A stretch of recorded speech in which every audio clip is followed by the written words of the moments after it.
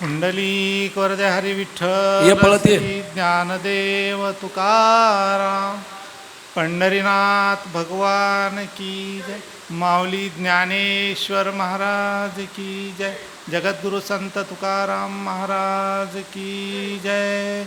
सद्गुरु वैकुंठवासी मारुती महाराज कानेगावकर बाबा की जय.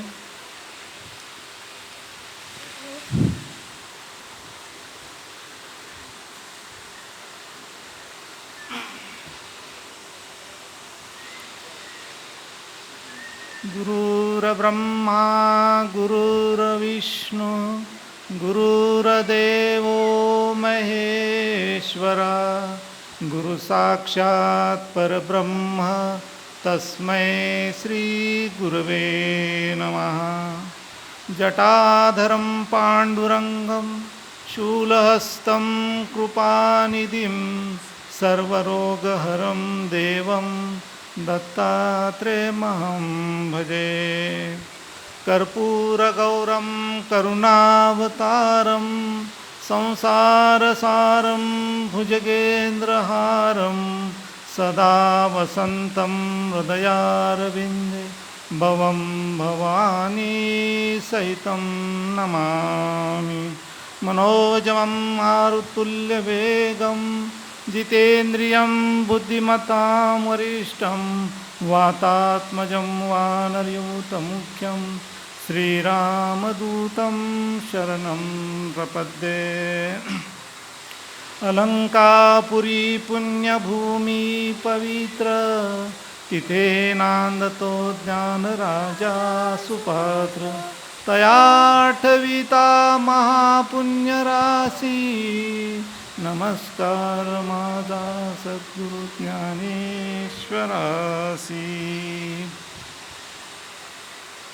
संतांचा महिमा तो बहुदुर्गम शाब्दिकांचे काम नाही येते तरी होईल काय कामधेनू. संतांचा महिमा बहुदुर्गम शाब्दिकांचे काम नाही येते. बहुदुधड जरी झाली म्हैस गाय तरी होईल काय कामधेनू. तुका म्हणे अंगे व्हावे ते आपण तरीच महिमान येईल कळो. आज माऊली ज्ञानोबरायाच्या या पावन पुण्यभूमीमध्ये माता इंद्रायणीच्या किनारी जगद्गुरु संतश्रेष्ठ तुकाराम महाराजांच्या या पंचक्रोशीच्या पावन पुण्यभूमीमध्ये आज आपल्या इथे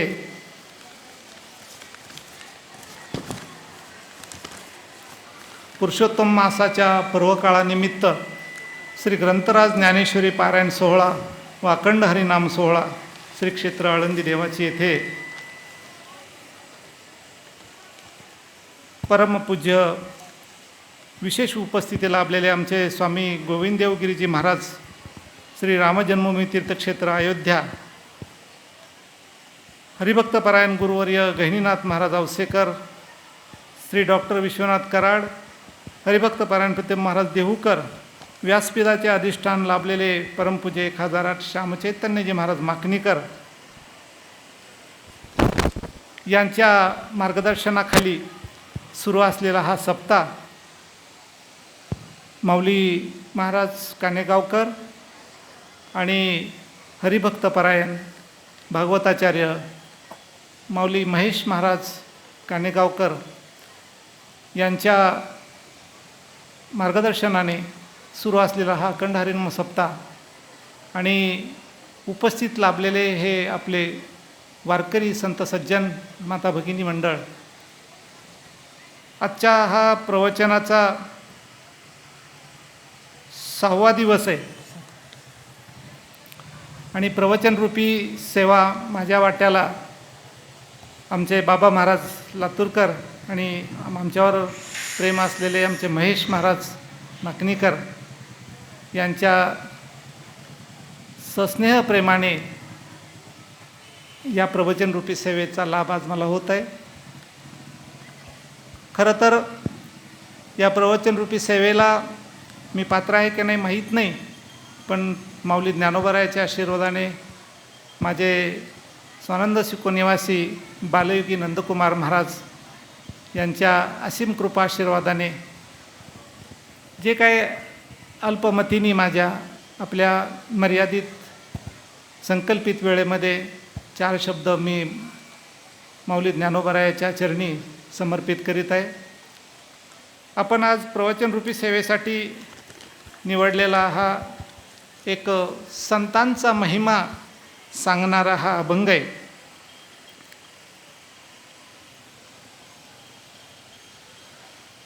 संतांचा महिमा कसा आहे, संत कसे असतात, हे आपल्या संत तुकाराम महाराजांनी संतांचा महिमा तो बहुदुर्गम, शाब्दिकाचे काम नाही येते. बहुदुधड जरी झाली म्हैस गाय, तरी होईल काय कामधेनू. तुका म्हणे अंगे व्हावे ते आपण, तरीच महिमान कळू येईल.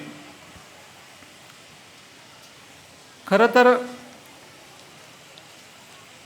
अधिक मास, पुरुषोत्तम मास, त्याला मलमास पण म्हणतात, या पर्व काळामध्ये संपन्न होत असलेला हा अखंड हरिनाम सप्ताह, सकाळचा काकडा, पारायण, प्रवचनरूपी सेवा, हरिपाठ, सकाळी आणि सायंकाळी या दोन्ही सत्रामध्ये कीर्तनरूपी सेवा, आणि या निमित्ताने लाभलेली ही संत सज्जन वारकरी आणि काही संत अधिकारी यांची उपस्थिती, त्यांचा आशीर्वाद, त्याचबरोबर डॉक्टर महाराज आहेत, संत गुरुवर्य कुरेकर बाबा आहेत, संत गुरुवर्य राऊत बाबा आहेत, त्याचबरोबर या कीर्तन सत्रामध्ये अनेक थोर थोर महान संतांची कीर्तनरूपी सेवा आज आपण श्रवण करीत आहात. आणि ही सेवा श्रवण करत असताना संतांचा महिमा सांगताना प्रथम आपल्याला संत कळून घ्यावे लागतील. आणि संत कळायचे असतील तर पहिल्यांदा आपल्या जीवनात संस्कार करावे लागतील, आपण वारकरी व्हावे लागेल. आणि वारकरी व्हायचं असेल तर वारकरी होताना आपल्याला काही संतांचा महिमा कळण्यासाठी काही ग्रंथांचा अभ्यास करावा लागेल. तो अभ्यास करण्यासाठी आपल्या पुराणातून, आपल्या वैदिक परंपरेने आणि संत परंपरेने काही प्रस्थानत्रयी ग्रंथांचा अभ्यास करावा, अध्ययन करावं, असा आपल्या भक्तिमार्गातील संतांनी आणि शास्त्रवेत्यांनी आणि आचार्यांनी त्याचं एक दंडक घालून दिलेलं आहे. त्या दंडकामध्ये प्रथम कशाचा अभ्यास केल्यानंतर आपल्याला संत कळतील, तर त्या अभ्यास करताना त्यांनी सांगितलं की पहिल्यांदा तुम्हाला वैदिक प्रस्थानत्रयी ग्रंथाचा अभ्यास करावा लागेल. त्याच्यानंतर दुसरा पौराणिक प्रस्थानत्रयी ग्रंथाचा अभ्यास करावा लागेल, त्याचं चिंतन करावं लागेल, त्याचं श्रवण करावं लागेल.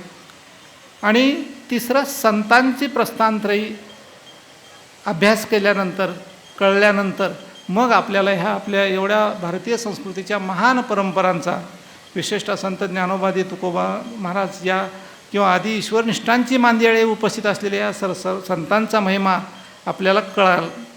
आणि मग ते कळण्यासाठी आपल्याला काय करावं लागेल, तर पहिल्यांदा हे कोणते प्रस्थानत्रयी ग्रंथ आहेत याचं थोडंसं थोडक्या शब्दामध्ये आपण जाता जाता मी माझ्या थोड्याशा अध्ययनाच्या, श्रवणाच्या माध्यमातून जे ऐकलेलं आहे, जे चिंतन केलेलं आहे. खरं तर आपण व्यासो जगत उच्छिष्टम, हे सर्व जगच व्यासाचं उच्छिष्ट आहे. प्रत्येक ग्रंथ, प्रत्येक संत, प्रत्येक पंथ, जेव्हा संत उपस्थित असतात तेव्हा आपल्याला संतांचा महिमा कळतो. आणि जेव्हा संतांच्या तत्पश्चात संत ज्ञानोबार आहेत, संत तुकोबार आहेत, संत गोराकुंभार आहेत, संत सावतामाळी आहेत, संत चोखामेळ आहेत, संत जनाबाई आहेत, संत निवृत्तीनाथ आहेत, संत सोपानदेव आहेत, या संतांचा महिमा आपल्याला कशामुळं कळाला, तर संतांच्या अनुभव अमृतातून निर्माण झालेले ग्रंथ, त्या ग्रंथाच्या माध्यमातून आपल्याला संत कळाले. संत ज्ञानेश्वरी आहे, तर संत भावार्थ दीपिका, संत ज्ञानेश्वरी, अमृतानुभवासारखा अध्ययनाला थोडासा अवघड अभ्यास असलेला ग्रंथ जेव्हा आपल्या सामान्य माणसाला थोड्याशा आपल्या बुद्धीच्या आवाक्याच्या बाहेर गेला, कळत नाही असं जेव्हा लक्षात आलं, तेव्हा माऊली ज्ञानोबांनी भावार्थ दीपिका ज्ञानेश्वरी नावाचा गीतेची भाष्य टीका केली. आणि जेव्हा त्याच्यातूनही आम्हाला ज्ञानेश्वरीची ओवी कळती, श्रवणाच्या माध्यमातून आम्हाला चिंतन होतं. पण त्यांनी सोप्यातला सोपा, देवाची या दारी उभा क्षण भरी, हरिमुखे म्हणा पुण्याची या गणना कोण करी, असा हरिपाठाचा एक 27 ते 30 अभंगाची रचना करून आम्हाला सर्व समाजाला आमचा उद्धार कसा होईल, आमचं भजन कसं होईल, आमचं चिंतन कसं होईल याचा अभ्यास केला. तेव्हा हा संतांचा महिमा कळण्यासाठी अगोदर आपण वैदिक त्रयी कोणता अभ्यास आहे तो जाता जाता, कारण वेदांत हे अध्ययनाचं अभ्यासकाचं काम आहे. आपल्याला भक्ती स्वरूपात ते अद्वैताचं ब्रह्मसूत्राची भाषा आहे. आपल्याला भक्ती संप्रदायामध्ये, द्वैत संप्रदायामध्ये आपल्याला ते कळून घेण्यासाठी ती अध्ययनातल्या आपल्या काही चिंतनीय महात्म्य मंडळींनी आपल्याला कीर्तनाच्या माध्यमातून, प्रवचनाच्या माध्यमातून आपल्यापर्यंत श्रवण करवली, पोचवली. त्याच्यामध्ये ब्रह्मसूत्र आहे, दशोपनिषद आहे, आणि दशोपनिषदातली काही नावं आहेत, पण जाता जाता त्याचा उल्लेख करणं काही एवढी आवश्यकता नाही. तर ब्रह्मसूत्रामध्ये काय काय येतं, तर ब्रह्मसूत्रामध्ये न्यायप्रस्थान आहे, उपनिषदाच्या माध्यमातून श्रुतीप्रस्थान आहे, आणि श्रीमद भगवद्गीतेच्या माध्यमातून स्मार्त प्रस्थान आहे. हे वैदिक ग्रंथ जी आपल्या आळंदीच्या वारकरी शिक्षण जोग सद्गुरू स्वानंद सुखनेवाशी जोग महाराजाच्या वारकरी शिक्षण परंपरेच्या माध्यमातून इथं जी मंडळी, जे महात्मे, जे कीर्तनकार, जी ब्रह्मनिष्ठ मंडळी, डॉक्टर बाबा आहेत, राऊत बाबा आहेत, गुरुवारे छोटे माऊली आहेत, गुरुवारे कुरेकर बाबा आहेत, ही मंडळी या महात्म्याच्या प्रस्थानत्रयी माध्यमाच्या अभ्यासातून हे आज अध्यापक म्हणून सर्व समाजाला, सर्व वारकरी संप्रदायाला दिशा मार्गदर्शन देत आहेत. त्याच्यानंतर पौराणिक ग्रंथाचा आपण विचार करू की बाबा हे प्रस्थानत्रयी ग्रंथ वैदिक स्वरूपात आहेत. हे अध्ययन करणारी माणसं ऋषिकेशपासून काशी निवासापर्यंत, वृंदावनपासून या सर्व तीर्थक्षेत्रामध्ये याचे पाठ चालतात. रामायण, महाभारत आणि श्रीमद भागवत यांना आपण पौराणिक ग्रंथ म्हणतो. म्हणजे आपले पुराण जे ग्रंथ आहेत याला पौराण ग्रंथाची प्रस्थानत्रयी, म्हणजे ह्या 3 ग्रंथाचं अध्ययन केल्यानंतर आपल्याला भगवान परमात्मा, आपले पुराण, आपले वेद, आपल्या वेदाच्या कथा, आपल्या देवाचे अवतार, आपल्या देवाच्या कथा, संतांच्या कथा, ऋषीच्या कथा, या सगळ्या आपल्याला निश्चित स्वरूपाने आपल्याला त्याचं ज्ञान होईल. आणि आजही असा भारतातला एक प्रांत नाही की जिथं रामायण माहीत नाही, किंवा जिथं महाभारत माहीत नाही, किंवा जिथं श्रीमद भागवत कथा माहीत नाही. आणि हे सगळं सुलभ साधन आमच्या या संत ईश्वरनिष्ठ मांदियाळ या मंडळीने आपल्याला सुलभ केलं, सोपं केलं. या पौराणिक ग्रंथाच्या माध्यमानंतर आपण बघणार आहोत संतांची प्रस्थानत्रयी. आता हा सगळ्यात महत्त्वाचा भाग आहे. जाता जाता मी एवढाच उल्लेख केला की वैदिक आणि पौराणिक ग्रंथ पूर्वीच्या काळामध्ये, आता ज्ञानोबराया तुकोबरायाच्या या वारकरी संप्रदायाच्या परंपरेतूनच्या माध्यमातून वारी, कीर्तन सप्ताह, अखंड हरिनाम सप्ताह, ज्ञानेश्वरी पारायण, तुकाराम महाराजांचं पारायण, संत एकनाथ गाथ्यांचं पारायण, संत नामदेवरायांचं पारायण, यांच्या माध्यमातून आमच्या सर्वसामान्य समाजाला हे कळण्यासाठी या संतांनी केलेले आपल्यावरचे अनंत उपकार आहेत. कारण आपण संतांच्या तदनंतर जन्माला आलो, म्हणून आपण खूप भाग्यवान आहोत. तेव्हा या प्रस्थानत्रयी ग्रंथाच्या माध्यमातून आपल्याला संत ज्ञानेश्वर महाराज, संत तुकाराम महाराज आणि संत एकनाथ महाराज, संत नामदेव महाराज किंवा संत निवृत्तीनाथ महाराज या सगळ्यांचा, संतांचा महिमा काय, यांच्या महिम्यामुळे आपल्याला वैदिक ग्रंथ आणि पौराणिक ग्रंथाचं ज्ञान किंवा त्यात श्रवणीय. आजही खेड्यापाड्याला, पूर्वी आपल्या लहानपणी जेव्हा अखंड हरिनाम सप्ते नव्हते ते गावोगावी, तेव्हा प्रत्येक गावात पोथी चालायची. हरिविजय, पांडव प्रताप किंवा अनुभव अमृत, ह्या सगळ्या ग्रंथांच्या पोथ्या एकजण पोथी वाचायच्या आणि एकजण पोथीच्या माध्यमातून त्या ग्रंथाचं विवेचन, निरूपण करायचं. तेव्हा त्या माध्यमातून आपल्याला पुराण ग्रंथाचं हे अभ्यास आहे. पण हे सगळं आपल्याला श्रेय जर कुणी केलं असेल, कोणाच्या माध्यमातून जर आपल्याला अनुभवाला येत असेल, तर आपण हे संत मंडळीत. आता या संतांमध्ये 2 प्रस्थानत्रयीची किंवा 2-3 प्रस्थानत्रयीची एक वेगळी ग्रंथ अध्ययनाची मालिका आहे. एक उत्तर भारतातल्या संतांची प्रस्थानत्रयी, तो एक त्या उत्तर भारतातल्या प्रदेशातला तो जो भाग आहे की तिथं जे प्रमुख संत होऊन गेले त्याच्यामध्ये संत कबीरदास आहेत, त्याच्यामध्ये संत तुलसीदास आहेत, त्याच्यामध्ये संत सूरदास आहेत, संत मीराबाई आहेत, गुरुदेव नानकजी आहेत, संत रैदास आहेत, आदी संत होऊन गेले. आणि त्या संतांच्या माध्यमातून तिकडं तुलसी रामायण, श्रीमद महाभारत आणि श्रीमद भागवद्गीता या ग्रंथाचं अध्ययन तिकडच्या प्रस्थानत्रयी तिथल्या ज्या साधकांना, तिथल्या ज्या ब्रह्मनिष्ठांना, तिथल्या ज्या सज्जन वारकऱ्यांना किंवा तिथल्या सज्जन सामान्य श्रोत्यांना कळण्याचं साधन त्या संतांनी त्या प्रांतामध्ये केलं. आता ते प्रांत करत असताना आपल्या राहिला प्रश्न महाराष्ट्रातल्या संतांच्या बाबतीत. उत्तर भारत आणि मध्य भारत. दक्षिण भारत ही आचार्यांची भूमी आहे. तिथं वल्लभाचार्यापासून मध्वाचार्यापासून शंकराचार्यापर्यंत या संतांचं वैदिक मंत्राचं अध्ययन करून आज बी तिथलं प्रस्थानत्रयी ग्रंथ आहेत.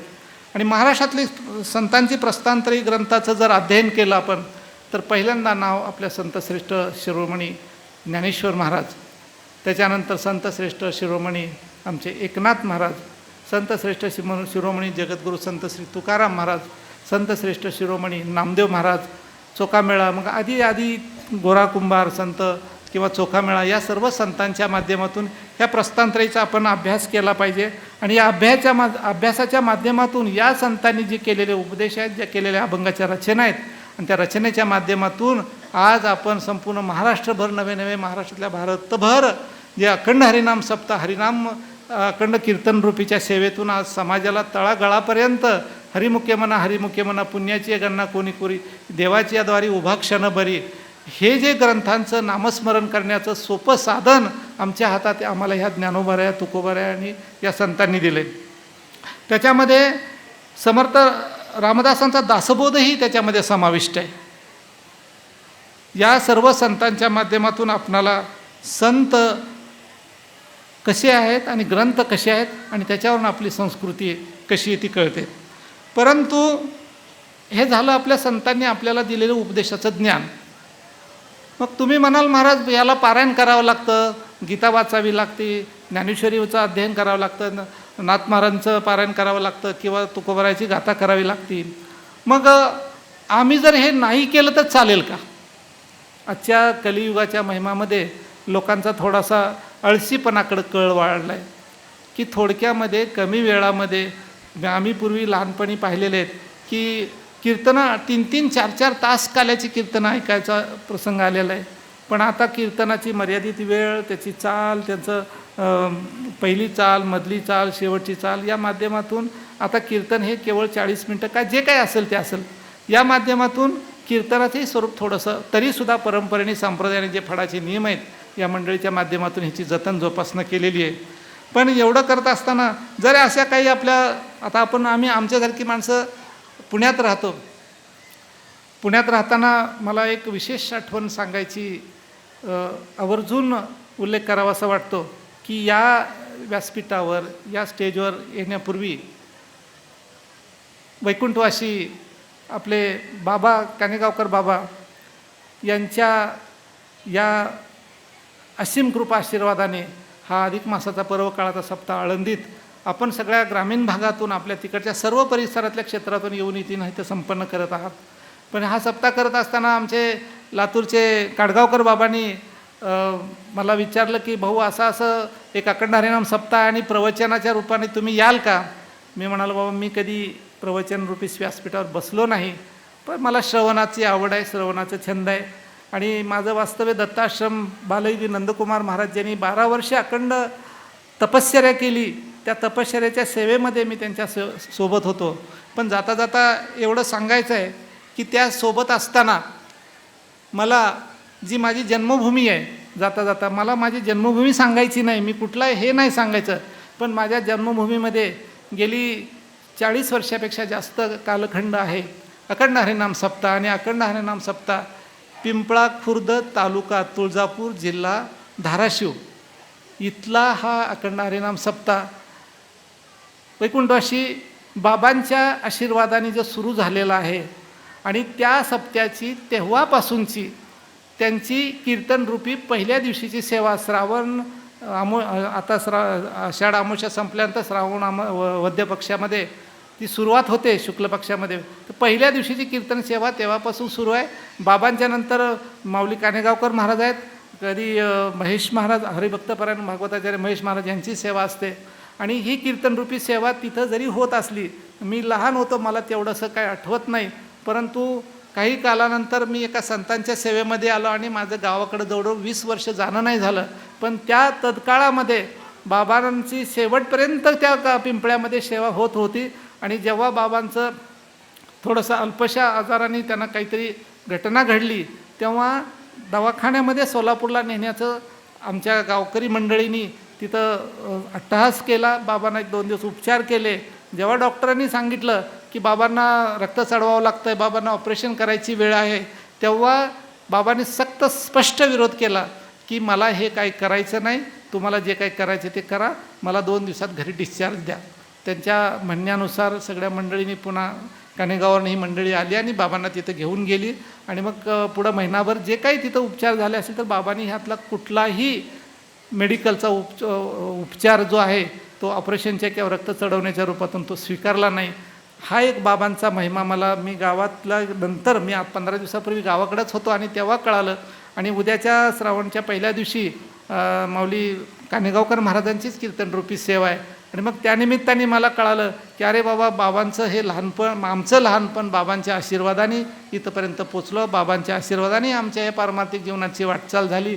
मला बाबांच्या अनेक काही अशा लीला सिद्ध अवधूत पुरुषांनी ज्या केलेल्या लीला आहेत की बाबा पेरणी सोडून पंढरपूरच्या वारीला गेले आणि बाबांच्या 2 ठिकाणी शरीर धारण केलं, अनेक ठिकाणी 3-3 वेळेला बाबांची कीर्तनं झाली, बाबांच्या तत्पश्चातसुद्धा बाबांचं वास्तव्याचं दर्शन लोकांना घडलेलं आहे.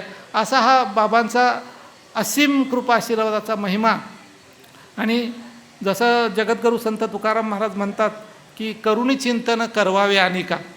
जसं आपण स्वतः तर चिंतन केलं पाहिजेच, परमार्थामध्ये भजन केलं पाहिजे, चिंतन केलं पाहिजे, हरिपाठ म्हणलं पाहिजे, काकड्याला गेलं पाहिजे, श्रावणात उपास केलं पाहिजे. पण हे करत असताना अखंड हरिनाम सप्ताह यासाठीच करायचा की आपल्या जीवनामध्ये आपण परमार्थ करत असताना आपला सर्वांना, आपल्या परिवाराला सुद्धा परमार्थाला लावलं पाहिजे. असा हा हट्ट जगद्गुरू तुकाराम महाराजांचा. या न्यायाप्रमाणे आमचे संत कानेगावकर बाबांच्या माध्यमातून आज आपण जे इथे उपस्थित आहात, हा बाबांच्या परमार्थाचा अट्टहास आहे. कशासाठी अट्टहास आहे की आपल्या प्रत्येकाच्या जीवनातला हा शेवटचा दिवस कसा गोड होईल आणि आपल्याला या जीवन मरणाच्या मुक्तीतून कशी मोक्षकडं जायची वाटचाल होईल. पण त्याच्यासाठी आपल्याला काही हिमालयात जावं लागलं नाही किंवा त्याच्यासाठी आपल्याला पारायण करावं लागलं नाही की त्याच्यासाठी त्रेतायुगातून त्रेतायुगापर्यंत द्वापारयुगापर्यंत जे जे काही साधनं होती कठीण, होम हवन करण्याची, तप करण्याची किंवा वनात जावायची, न जावे लागे वनांतरा सुखी येतो नारायण घरा, ही सगळी साधनं आम्हाला आमच्या संतांनी आम्हाला इतकी सुलभ करून दिली, आमच्यापर्यंत आणली. त्याच्यामुळं मला एवढ्यासाठीच म्हणायचं होतं की बाबांचा हा आशीर्वाद तेव्हा बाबांना मी जरी पाहिलं नव्हतं तरी मला ह्या 4 दिवसात जेव्हा लक्षात आलं की आपल्याला प्रवचनरूपी सेवेसाठी तिथं काहीतरी 2 शब्द बोलायचे आहे, तर कमीत कमी बाबांचा आशीर्वाद. मग माझ्या लक्षात आलं की गेली 30-35 वर्षापेक्षा जास्त कालखंड त्या परंपरेची सेवा, भास्कर महाराजांच्या फडावरची सेवा. आमचं गाव हे सद्गुरू शिवरामबुवा दिंडेगावकर महाराजांच्या भास्कर फडाच्या परंपरेमध्ये असल्यामुळं ती परंपरेची सेवा आपल्या सद्गुरूची सेवा समजून बाबांनी शेवटच्या क्षणापर्यंत तिथलं शेवटचं कीर्तन झाल्यानंतरच बाबांचं पुन्हा देह जे काही निर्वाण झालं ते असं मला तिथल्या माहितीवरनं कळालं. म्हणून काय सांगू मी, या संतांचे उपकार निरंतर मला जागविती. मी रात्रभर झोपलो नाही की म्हणलं आपल्याला बाबांच्या तिथं जायचं आहे, आपल्याला बाबांच्या तिथं जायचं आहे.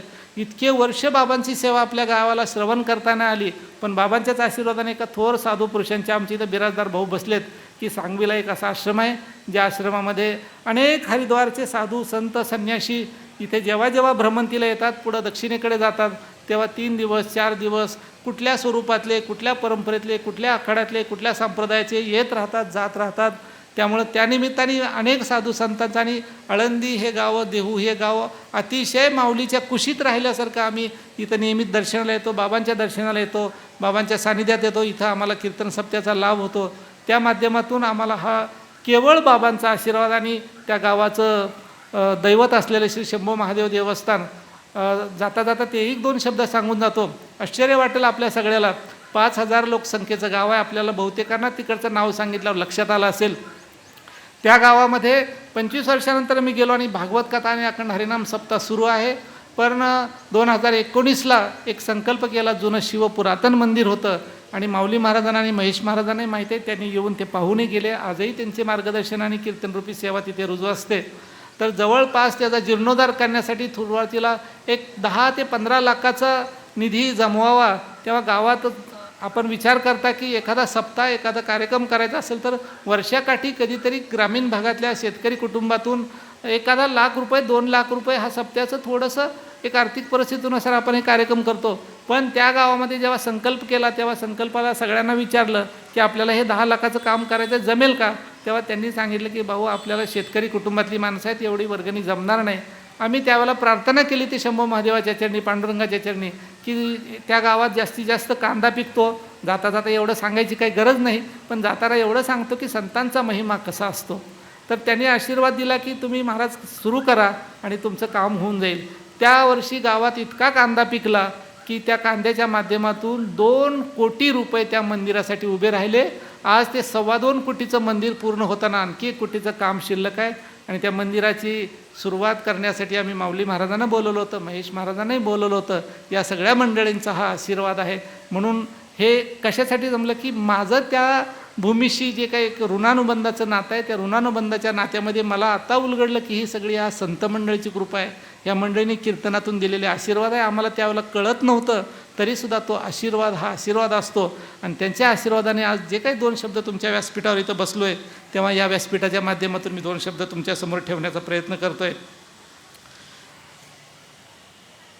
सामान्य माणसाने विचारलं की मग हे आम्ही जर केलं तर नाही चालणार का, एखादं पारायण नाही केलं किंवा एखादं काही नाही केलं तर संत तिथे सांगतात तुम्ही नोकरी आहे, पगार आहे, शेती आहे, घर आहे, बंगला आहे, हे सगळे सुख तुम्ही भोगता.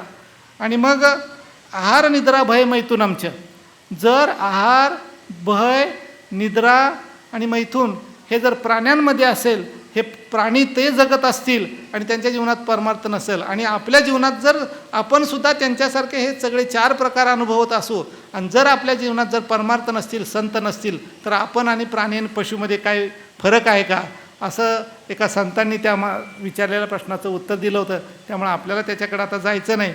आता आपण जाता जाता एक तुलसीदासाच्या संतांचा महिमा कसा आहे, संत कबीरांचा महिमा आणि जाता जाता संत सुरदासाचा महिमा सांगून मी माझ्या प्रवचनरूपी सेवेला जे काही मर्यादित वेळ आहे मला थोडीशी तुम्ही जर सूचना दिली तर बरं होईल. बोलता बोलता मी दुसरंही बोलून जाईल, कारण या व्यासपीठावर प्रमाणाशिवाय बोलू नये. मी बाबांना सांगितलं होतं की बाबा मला फक्त अनुभवाचे बोल आहेत, माझ्याकडं ग्रंथ नाही, प्रमाण नाही, फक्त संतांचा आशीर्वाद आहे. मी बोलण्याचा तेवढा प्रयत्न करतो. तर संत तुलसीदासाचा महिमा सांगताना तुलसीदासाच्या चित्रकूट के घाट पे भई संतन की भीर, तुलसीदास चंदन घिसे तिलक करे रघुवीर. चित्रकूटच्या घाटावरती जेव्हा तुलसीदास पूजा करण्यासाठी किंवा रोजचा नित्यनेम करण्यासाठी जातात तेव्हा ते त्यांचं गंधार्चन, कुंकुमार्चन, पूजार्चन करत होते. तेव्हा त्या करण्याच्या माध्यमातून तिथं भगवान राम त्यांचं तिलक करण्यासाठी त्यांची सेवा करतायत. हा तुलसीदासाचा महिमा आहे. सूरदासांचा महिमा कसा आहे, समदर्शी आहे नाम तिहारो, चाहे तो पार करो, हमारे प्रभू अवगुण चित्त ना धरो. म्हणतात की प्रभू आम्ही सर्वसामान्य आहोत, तुम्ही समदर्शी आहात, तुम्ही सर्वदर्शी आहात, आमच्याकडे इतके गुण अवगुण आहेत, तेव्हा आमचे अवगुण तुम्ही बाजूला ठेवून आम्हाला ह्या भवसागरातून, या मायासागरातून आम्हाला पार करा. हा सूरदासांचा महिमा आहे. आणि कबीरांचा महिमा काय, माया मरी ना मरा मन, मरमर गया शरीर, आशा तृष्णा ना मरी, यूं ही कहे गया कबीर. यह तन विष की बेलरी, गुरु जो कि अमृत खान, शीश दिए जो गुरु मिले तो भी सस्ता जान. संत कबीरजी काय उपदेश करतात की बाबा आपल्या जीवनामध्ये हे शरीर जे दिलं आहे भगवंतानी आपल्याला, हे सगळं विषयाची पोतडी आहे. विषयाची पोतडी म्हणजे विषय षड्विकारांनी भरलेलं हे सगळं विकार सहित साधन आहे. आणि मग ह्याच्यासाठी काय करता येईल, गुरु जो की अमृत खान, भगवान श्री गुरु आपले अमृताची खान आहे. पण आपण जर त्यांना शरण गेलो, जो शीश दिय जो गुरु मिले तो भी सस्ता जान. कबीरजी म्हणाले आपण एक छोटासा सस्तातला सौदा करूया म्हणले. कोणचा सस्तातला सौदा आहे, काय नाही, फक्त आपले सद्गुरू आले की संत आले की त्यांना दंडवत घाला, प्रणाम करा, तद्विद्वे प्रणिपातेन परिप्रश्नेन सेवया. म्हणजे हा जो ज्ञानोबारायाचा किंवा संत कबीरांचा महिमा आहे की आपण नुसतं नतमस्तक झालो, शरण गेलो, दंडवत घातला, चरण स्पर्श केला, तरीसुद्धा आपल्याला या षड्विकारापासून, या विषयुक्त शरीरापासून हे वाचवणार कोण किंवा याच्यातून कोण मुक्त करतं किंवा कोण मोक्ष देतं, तर अमृत खान असलेले आपले गुरु यांचा हा महिमा आहे. तेव्हा हा महिमा असा संतांचा आहे. आता या संतांच्या महिम्यानं, आता महाराष्ट्रातल्या संतांचा महिमा, खरं तर आपल्याला संतांचा महिमा हा बहुदुर्गम हा निवडलेला अभंग आहे. मला काहीतरी प्रमाण असावं म्हणून मी महाराजांना विचारलं. जाता जाता मला जे जे जमेल ते मी बोलण्याचा प्रयत्न करणार आहे. संत ज्ञानेश्वर महाराजांचं दर्शन घ्यायचं असेल तर आपल्याला आळंदीला यावं लागतं. आपण आळंदीला नाही पोचलं तर आपल्या घरी ज्ञानेश्वरीचं पारायण आहे, ज्ञानेश्वरी आहे, ज्ञानेश्वरी हरिपाठ आहे, अमृतानुभव आहे. या माध्यमातून आपल्याला संत ज्ञानेश्वरांचा महिमा कळतो. आणि त्याचबरोबर आपल्याला त्यांचा महिमा कळताना आपल्याला नाथ महाराजांचा महिमासुद्धा कळतो. तर नाथ महाराज ज्ञानोबारायाबद्दल बोलतात की अवघाचे संसार सुखाचा करीन, आनंद भरणे ती लोक जाईन गे माहेरा, तया पंढरपुरा भेटेन माहेरा आपुलिया. ह्या ज्ञानोबारायांनी केलेला आपला संसार आहे. पण नाथ महाराज ज्ञानोबारायाबद्दल बोलतात की कृपाळ उदार माझा ज्ञानेश्वर, तया नमस्कार वारंवार, न पाहे या ती कुळाचा विचार, भक्त करुणा कर ज्ञानाबाई.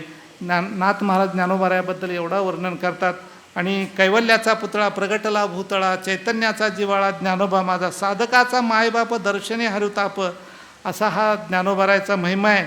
आणि संत तुकाराम संत तुकाराम महाराजांचा महिमा जर पाहायचा असेल तर जाता जाता बाबांनी केलेल्या कीर्तनाची एक क्लिप मला ऐकायला मिळाली की तार्किकाचा संग टांका आणि पांडुरंगाला स्मरा, असा तुकाराम महाराजांचा अभंगाचा भावार्थ त्यांनी सांगितला होता. तो कीर्तनात मी श्रवण केला. आणि हे सगळं श्रेय मला आमचे भागवताचार्य, हरिभक्तपरायण आपले संतश्रेष्ठ परंपरेतले, खरं तर मी असं बोलू नये, संतांचे ते आप्त न होती संत असं जरी प्रमाण असलं तर अपवाद सगळ्यांच्या बाबतीतला असेल तर आमच्या कानेगावकर परिवारातला आहे, आमच्या महेश बाबांचा आहे. आणि आमचे त्यांचं सानिध्य लाभलेले आमचे बाबा महाराज आहेत, आमचे श्याम महाराजजी कानेगावकर संत आहेत, इथे उपस्थित आहेत. अधिक बोलणे उचित नाही. मी एवढं बोलता बोलता जरी काही बोललं असेल तरी माझं ते काही 2 शब्द चुकीचे असतील तर ते मला परत करा, आणि जे काही ग्रंथातले असेल तर ते आपण स्वीकारा. एवढं बोलून मी मला दिलेल्या वेळेमध्ये जेवढं मला काही सांगण्याचा प्रयत्न केला, खरं तर ते प्रयत्न सांगायचा होता की संतांचा महिमा दुर्गम आहे असं सांगायचं होतं. पण दुर्गम महिमा हे संतच इथे इतके उपस्थित आहेत, तर तेव्हा ते संत दुर्गम असले तरीसुद्धा आज ते संत आमच्या महेश महाराजांच्या, माऊली महाराजांच्या, आमच्या चैतन्य महाराजांच्या, बाबा महाराजांच्या या सर्वांच्या आशीर्वादाने, मार्गदर्शनाने आज हा सगळ्याला अवघड असलेला महिमा हा सुगम झाला आहे. पण हे करताना अनुभव आल्या अंगी ती या जगात येते. हे संतांचं एक वैशिष्ट्य आहे की संत आपल्याला आलेला अनुभव जगाला देत असतात. आणि आम्ही मात्र काय करतो की कुठले तरी 4 अभंग किंवा 4 श्लोक किंवा हे कदाचं काही जे असेल ते प्रमाणित त्याचं सोबत घेऊन, कारण बोलायचं असेल तर बाबांच्या कीर्तनात ऐकलं की मतांचा संघ टाका. बाबांनी म्हणले मत म्हणजे काय, तर मत म्हणजे हे शिक्षण घेऊन अधिकृतरित्या वैचारिक साहित्यिकाच्या माध्यमातून शंका कुशंका उपस्थित करतात, त्याचासुद्धा संघ करू नका असं बाबांच्या कीर्तनातून मी ऐकलं. बाबांना तुम्ही दिलेल्या प्रेरणेमुळे मला बाबा जवळून कळायला मिळाले. आणि महेश महाराजांच्या आणि माऊली महाराजांच्या मार्गदर्शनाखाली माझ्या जन्मभूमीमध्ये इतका जुना सप्ताह आहे ते मला ह्या व्यासपीठाच्या माध्यमातून खूप आशीर्वादाच्या रूपाने कळला. आणि ह्या वास्करी परंपरेच्या शिवरामबुवाच्या आशीर्वादाने, सद्गुरू महाराजांच्या आशीर्वादाने या व्यासपीठावर इथे मला येण्याची आशीर्वादरूपी संधी मिळाली. म्हणून मी हे माझे 2 शब्द इथे या माझ्या वाणीला विराम करतो. आणि जाता जाता कबीरांचं एक पद आहे, तेवढं पद इथं मी म्हणतो आणि मी माझं इथं 2 वाणीचे शब्द मी ते थांबवतो.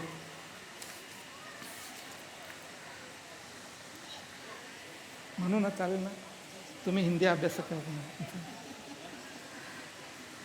इस तन धन की कौन बड़ाई, इस तन धन की कौन बड़ाई, देखत नैनन मिट्टी मिलाई, देखत नैनन मिट्टी मिलाई, इस तन धन की कौन बड़ाई, अपने खातिर महल बनाया, अपने खातिर महल बनाया, आप ही जाकर जंगल सोया, आप ही जाकर जंगल सोया, इस तन धन की कौन बड़ाई.